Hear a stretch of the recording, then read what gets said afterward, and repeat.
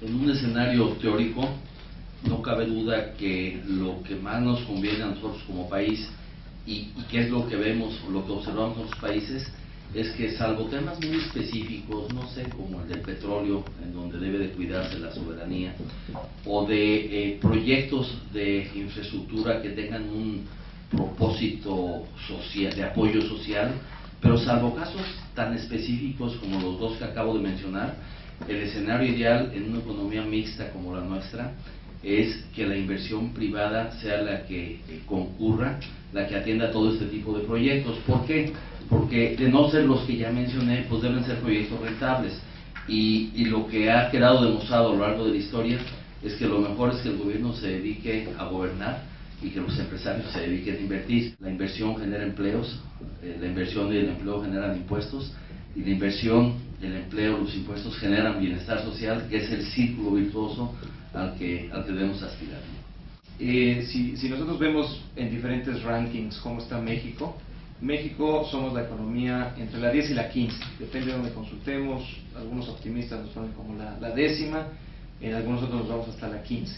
Pero si vemos el ranking en infraestructura, somos como el país número 60 o 70. Entonces sí hay una discrepancia ahí importante. Los países emergentes invierten aproximadamente 7% del PIB en infraestructura. En México actualmente invertimos 4.7%.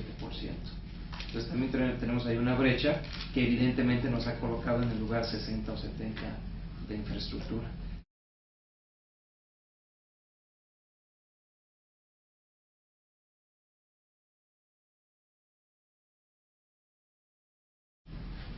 Estimamos que el crecimiento del primer semestre debe haber sido del 1.7, y aunque el instituto no hace en sí pronósticos, pues podríamos estar esperando un crecimiento con todo lo que se ha comentado aquí: mayor gasto del gobierno, mejores exportaciones, porque a su vez también se está recuperando la economía de Estados Unidos, y la presentación de reformas que pueden imprimir optimismo y mayor inversión hacia el cierre del año.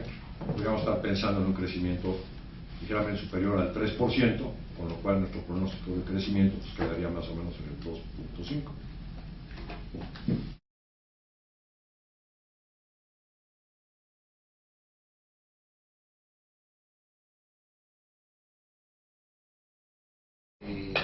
Como todo en la parte económica y financiera, pues los fundamentales no han cambiado. O sea, seguimos siendo un país con una posición geográfica envidiable, ¿no? Mientras que China, para venderle al mercado más grande del mundo, tiene que mandar un buque a $100 el precio del barril y que tarda 3 semanas, pues nosotros nada más ponemos un carrito, le empujamos un poco y ya está del otro lado, ¿no? Entonces, las eficiencias y las ventajas competitivas de México siguen estando ahí. Yo creo que incluso si tú ves a lo mejor el tema, si hacemos un comparativo por ejemplo de bolsas de valores, pues yo creo que incluso los inversionistas han reconocido que dentro de los mercados emergentes México es una opción muy buena para invertir. Entonces yo creo que en el caso de México ha sido eso. O sea, nuestro principal cliente sigue sumergido en una recesión de la que todavía no sale, y por lo tanto eso nos pega en términos de remesas, en términos de exportaciones y en términos de comercio e inversión en general.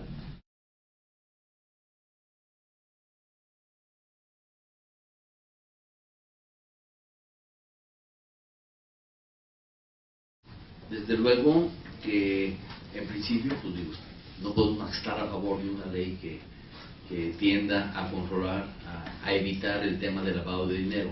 Pero para hacer un pronunciamiento como Instituto Mexicano de Contadores Públicos de cómo vemos esto, definitivamente necesitamos esperarnos a conocer la reglamentación, porque puede ser una reglamentación, para decirlo así rápido, cumplible, una reglamentación en la que los actores involucrados puedan cumplir con los deberes de información que se impongan, pero también podría suceder que se impongan cargas a los actores involucrados que sean de muy difícil o costoso cumplimiento. Entonces, dependiendo de las reglas que se emitan, cuando las conozcamos, va a ser nuestra opinión, nuestra apreciación sobre cómo vemos esta nueva atmósfera.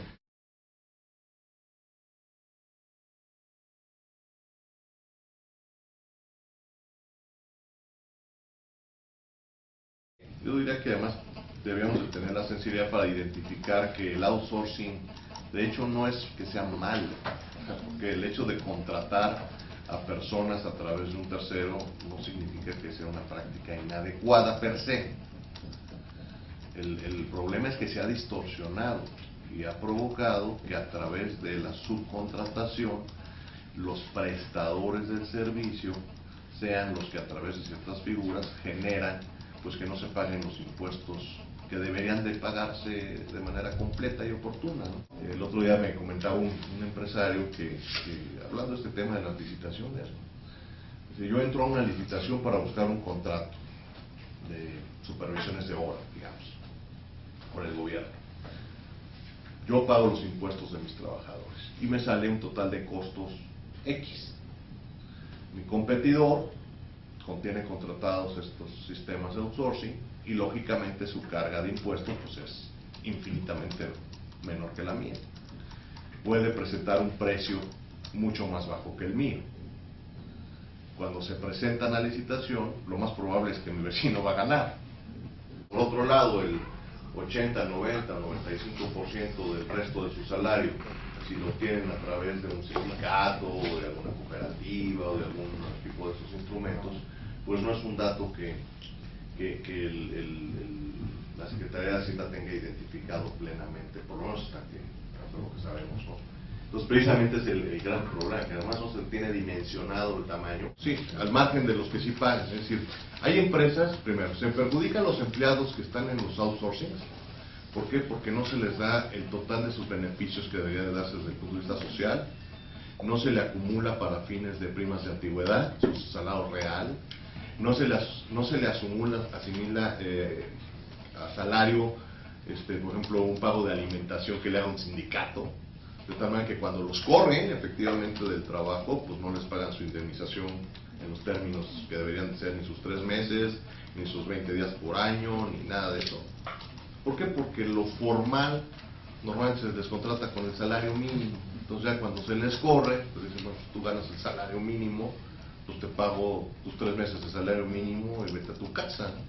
Las empresas que no están en ese esquema, pues están básicamente compitiendo en condiciones totalmente diferentes que las que sí están, ¿no?